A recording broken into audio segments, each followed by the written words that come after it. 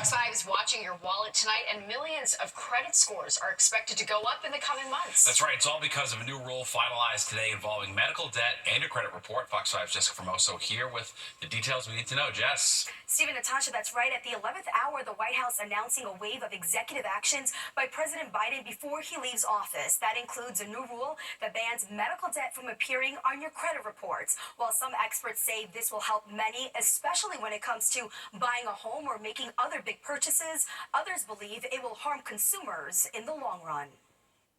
Unpaid medical bills will no longer appear on your credit report. According to the Consumer Financial Protection Bureau, it will remove $49 billion in medical debt from the credit reports of more than 15 million Americans, which means lenders will no longer be able to take that into account when deciding to issue a loan.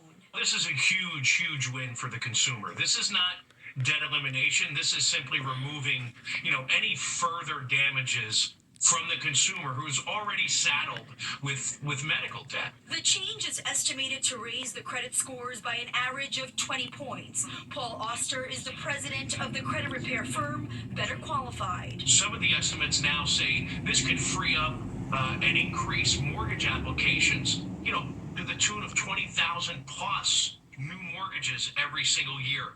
I believe that stat to be very true. However, the consumer is not off the hook. This new rule only protects you against the credit reporting aspect, which means the original creditor, a medical billing company, or a third-party collection company can still come after you like they have all along. They can sue you, even garnish your wages if need be. That information, that the fact you did not pay, is transferred from the provider to debt collection agency. So they will still go after you. Ji Bai is a professor of accounting and health policy at Johns Hopkins University. She says although this rule was intended to help, she believes it will harm patients in the long run, specifically low-income patients who may not receive the medical care needed. Remember, hospitals have a lot of discretion in how they treat patients, how they stabilize patients, how fast or quickly they admit patients. So if hospitals want to make it harder, it's not that they can completely prevent patients from coming, but they will make it harder. This executive action can be reversed by the Trump administration. President-elect Trump is set to take office on January 20th, so we will have to wait and see what happens. Steve? All right, thanks, Jess. Questions tonight on how two men missed state keep of unclaimed money and maybe even tried to find out if we're entitled to some. But now, as Fox 6's Arthur Sheehan explains, you don't even have to lift your finger. New York may send some of that money directly to you.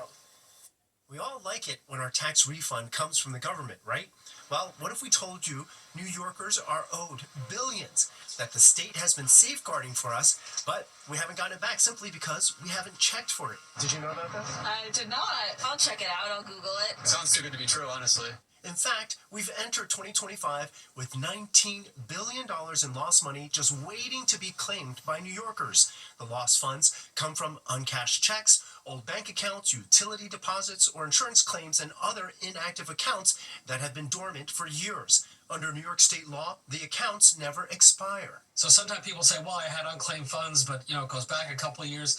It doesn't matter how long it goes back. If you are the rightful owner, or if you're an heir to an estate situation, we are responsible for fulfilling that commitment of giving you that money. New York State Comptroller Thomas DiNapoli says the accounts go as far back as the 1940s, and that if everyone were to come out of the woodwork, his office would be paying out $19 billion.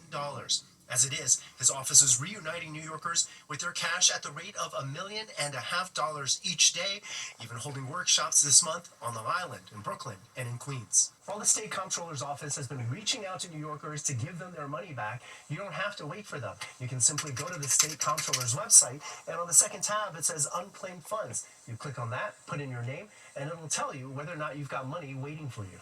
And that's how 90% of the money has been returned so far.